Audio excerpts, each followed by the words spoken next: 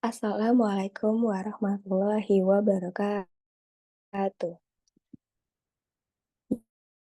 Yang saya hormati, Bapak Ahmad Seroji, SPD MPD, selaku dosen pengampu pada mata kuliah Pendidikan Administrasi Perkantoran, serta teman-teman Pendidikan Administrasi Perkantoran 2021 yang saya banggakan. Izinkan saya, Ika Fitriana, dengan NIM 710-142-1331 dari Prodi Pendidikan Administrasi Perkantoran, Rombel A, untuk memaparkan hasil review artikel dengan pendekatan kuantitatif dan pendekatan kualitatif.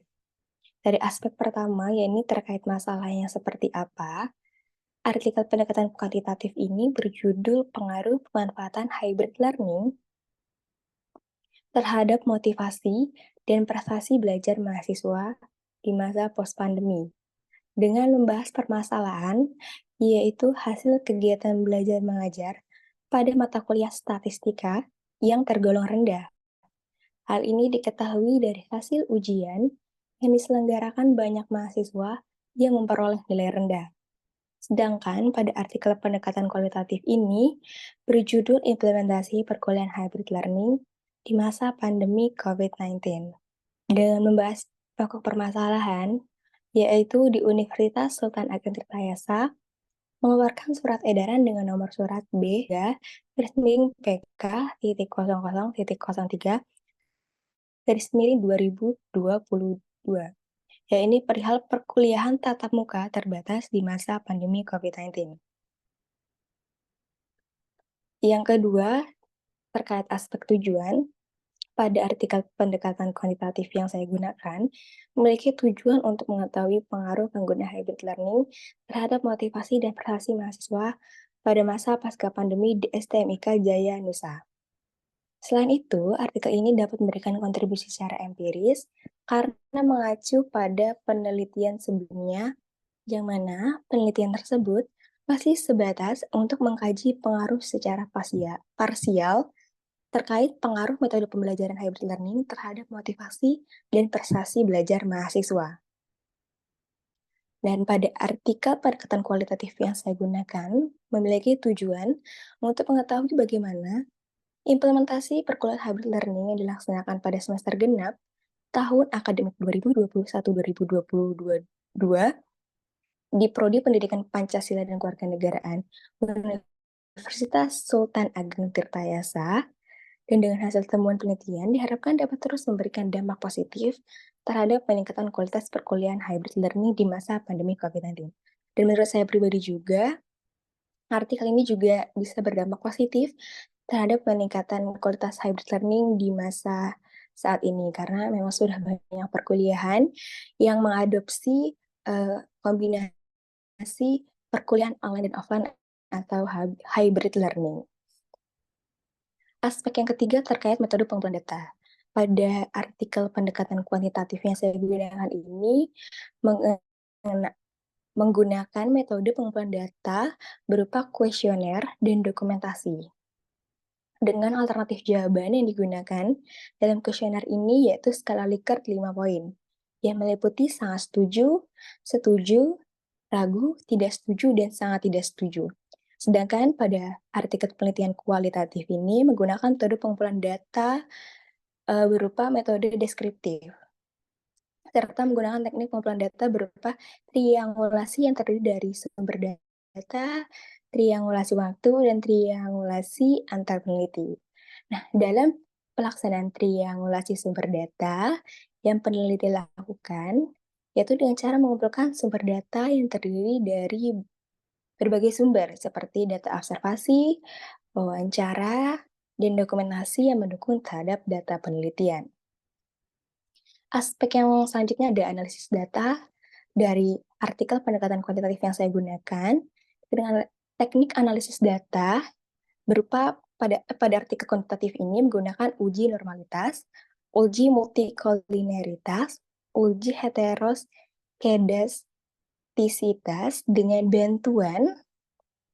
perhitungan bantuan SPSS untuk Windows 25. Nah, Untuk menguji hipotesis, yakni menggunakan analisis regresi linear berganda yang berisi uji F atau uji simultan, uji T atau uji parsial, serta uji koefisien determinasi simultan. Sedangkan analisis data yang digunakan dalam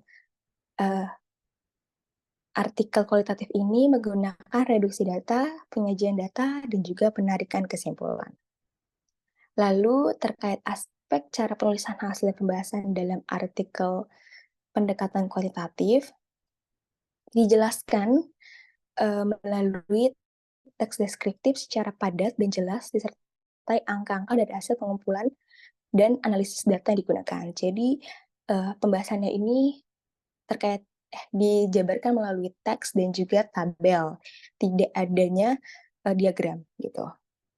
Nah, hasil itu dikatakan bahwa berdasarkan perhitungan pengaruh hybrid learning ini memiliki nilai 0,268, yang mana hasil ini menunjukkan bahwa variabel hybrid berpengaruh positif terhadap motivasi belajar. Namun, pada perhitungan pengaruh hybrid untuk prestasi belajar ini memiliki nilai 0 minus 0,522.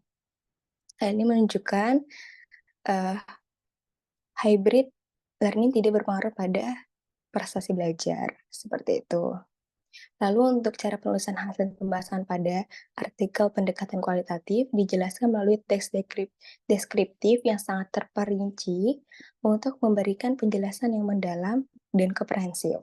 Mulai dari tahap perencanaan perkuliahan hybrid learning, tahap pelaksanaan perkuliahan, dan tahap evaluasi kendala yang dialami oleh dosen, mahasiswa, dan sarana-prasarana di kampus. Bahkan dibahas hingga kendala tersebut dapat teratasi dengan baik melalui solusi yang diterapkan dosen di dalam pelaksanaan perkuliahan hybrid learning. Adapun kelebihan dari artikel pendekatan kualitatif, yakni sudah terdapat kerangka konseptual sehingga menjadi jelas mana aspek atau variabel yang mempengaruhi dan mana aspek atau variabel yang dipengaruhi. Yang kedua, data yang disajikan sudah dilengkapi dengan penjelasan yang sangat baik. Nah, sedangkan kelebihan pada artikel pendekatan kualitatif yang saya gunakan, ini pada bagian pembahasan sudah sangat mendalam dalam membahas permasalahan. Seperti tadi yang saya jelaskan dari cara penulisan pembahasannya. Lalu yang kedua, penjabaran terkait metode yang digunakan juga sudah sangat jelas.